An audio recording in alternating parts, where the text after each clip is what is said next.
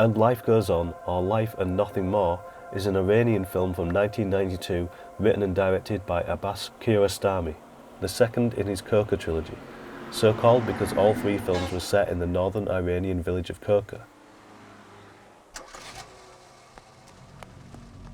In the first film, Where Is My Friend's House?, a school child goes off in search of his friend's house to return a notebook he took by mistake, which will cause his friend to be expelled from school if not returned. It's a fantastically small drama about big feelings.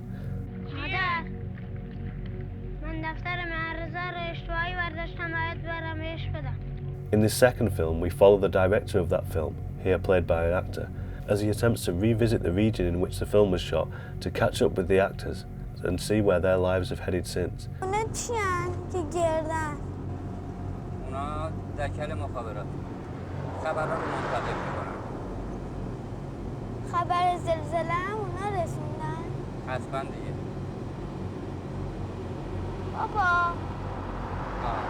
I'm kidding, but he really does love his country. It's obvious in every frame, in how he lets us take it all in an almost real-time pace. And in this film, how he openly debates the careful balancing act of crafting compelling cinematic drama while not sacrificing the truth to do so, or betraying the simplicity of it by adding unnecessary dramatics.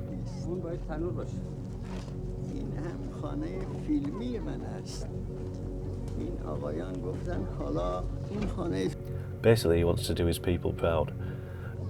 And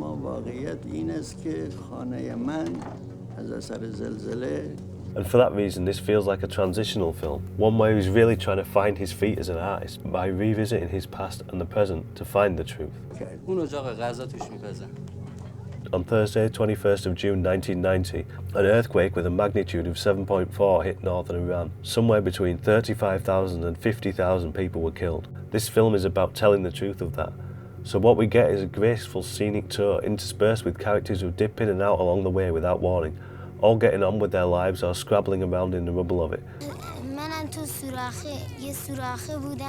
The hills and valleys we travel in this little Citroen almost echo the emotional peaks and troughs these interactions create. This is why to me it feels like a transitional film, because he's playing with structure in a way which seems organic, but you know that really he's in complete control of how we feel while watching. He's just learning to create this cinematic illusion of truth, without making it obvious by connecting dots that aren't there, or hitting the right story beats, saving the cat, or whatever, or any of the sorts of things that the mainstream does to reality.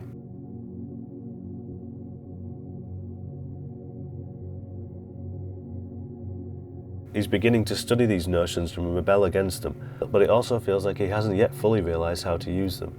So though we are driven through a range of emotions and the dips and troughs, we never sink deep enough or soar high enough to really be broken by it. It's just life, and life goes on, which is probably the point, come to think of it.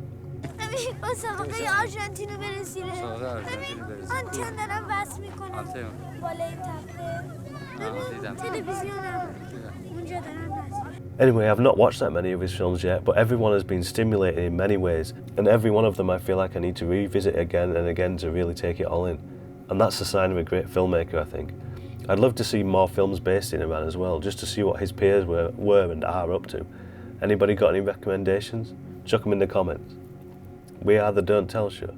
If you liked, please subscribe.